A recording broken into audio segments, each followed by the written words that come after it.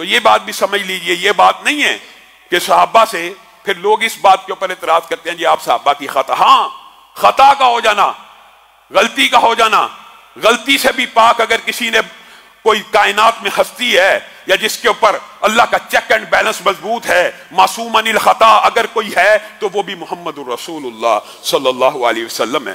غلطی ہو سکتی ہے، غلطی کا امکان ہے، اور یہ واقعات میں آپ کے سامنے متعدد آپ کے سامنے اس لیے رکھتا ہوں کہ غلطی اور خطا، حضرت عمر جن کے بارے میں رسول اللہ صلی اللہ علیہ وسلم نے فرمایا تھا کہ پرانی امتوں میں محدث ہوا کرتے تھے۔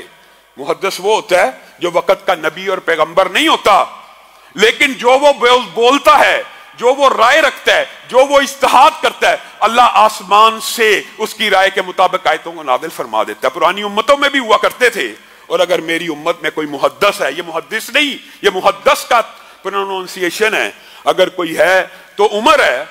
آپ کے سامنے سیرت عمر میں یہ بات رکھی تھی، حضرت عمر زمین پہ چلتے ہوئے رسول اللہ کو مشورے دیا کرتے تھے کہ گھر کے اندر آنے جانے کے کچھ آداب ہونے چاہیے، ہر بندہ آپ کے گھر منہ اٹھا کے آ جاتا ہے، کچھ تو طریقہ ہونا چاہیے۔ تو اللہ تعالیٰ نے حضرت عمر کی ان باتوں کو آسمان سے آیتیں بنا کے نازل کر دیا، کل ازواجک و بناتک و نساء المؤمنین یدنین علیہن من جلابیبہن۔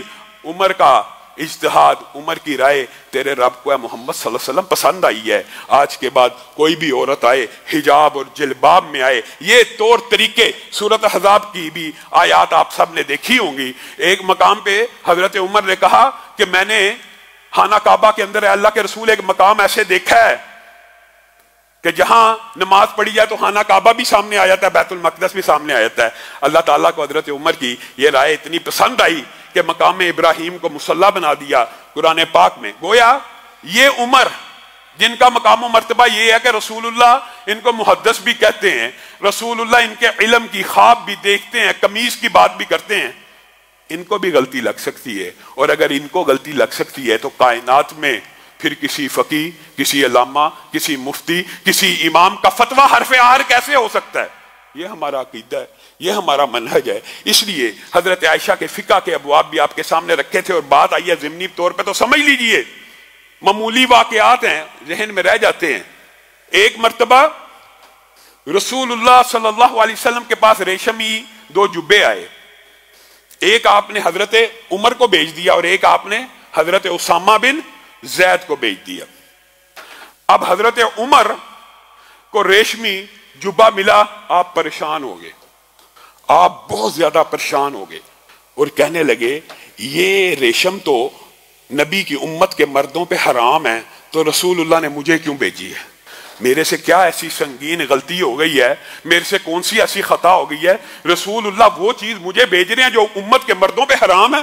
آپ پریشانی کے عالم میں جبہ ہاتھ میں اٹھائے لے کے جا رہے ہیں، اور اسامہ بن زید ان کو جبہ ملا، وہ خوشی خوشی جبے کو پہن کے آ رہے ہیں کہ رسول اللہ صلی اللہ علیہ وسلم نے امت کے مردوں پہ تو حرام کیا تھا، شاید میرے لیے کوئی اجازت مل گئی ہے، مجھے کوئی رخصت مل گئی ہے، یا امت کے مردوں پہ آسانی ہو گئی ہے، رسول اللہ نے جبہ بھیجا ہے، میں پہن کے اپنے نبی کو دکھاؤں گا۔